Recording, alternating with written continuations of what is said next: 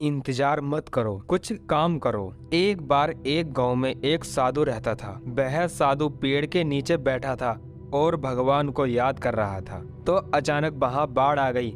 चारों तरफ पानी ही पानी। सब लोग अपने आप को बचाने के लिए ऊपर पहाड़ की तरफ भागने लगे।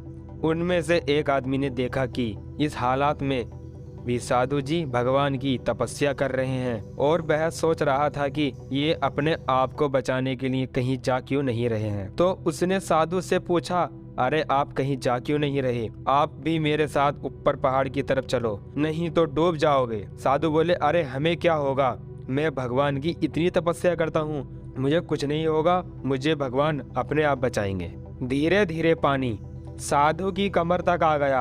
अब लोग वहां से नाव लेकर निकलने लगे और उनमें से एक व्यक्ति ने साधु से कहा, अरे पानी आपकी कमर तक आ गया है, आप हमारे साथ चलो। साधु ने कहा, नहीं नहीं, भगवान मुझे अपने आप बचाएगा। और वह नाव वाला भी वहां से निकल गया। कुछ देर बाद पानी इतना बढ़ गया कि साधु के सिर तक पहुंच गया और अब लोगों को बचाने के लिए हेलीकॉप्टर निकलने लगे। एक हेलीकॉप्टर साधु के पास आया, जो कि आखिरी हेलीकॉप्टर था। साधु के पास नीचे रस्सी फेंकी और बोला, इसे पकड़ो और ऊपर आ जाओ, नहीं आप डूब जाओगे।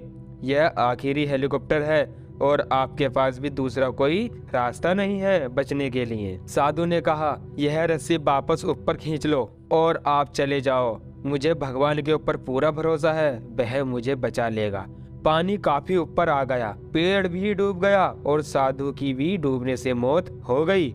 मरने के बाद साधु भगवान के पास गया और बोला, हे भगवान, मैंने पूरी जिंदगी आपकी तपस्या की, मेरा सारा जीवन आपकी आराधना करने में लगा दिया, फिर भी इतने भरोसे के साथ इंतजार किया कि तुम मुझे बचाने आओगे, लेकिन वहां मेरी डूबकर मौत हो गई और तुम नहीं आए, ऐसा क्यों?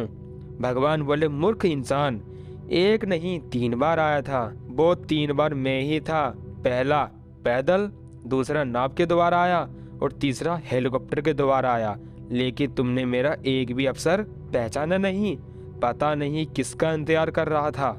इस तरह से जिंदगी में हमें ऊपर वाला बहुत से मौके देता रहता है, लेकिन हम सब उस मौके को ठुकराकर पता नहीं किस चीज का इंतजार करते रहते हैं कि वो होगा तभी मैं करूँगा, और इस बात पर अड़े रहने से एक वक्त के बाद वो मौका हाथ से निकल जाता है और हम कुछ नहीं कर पाते। तो किसी भी अच्छे समय का इंतजार मत करो।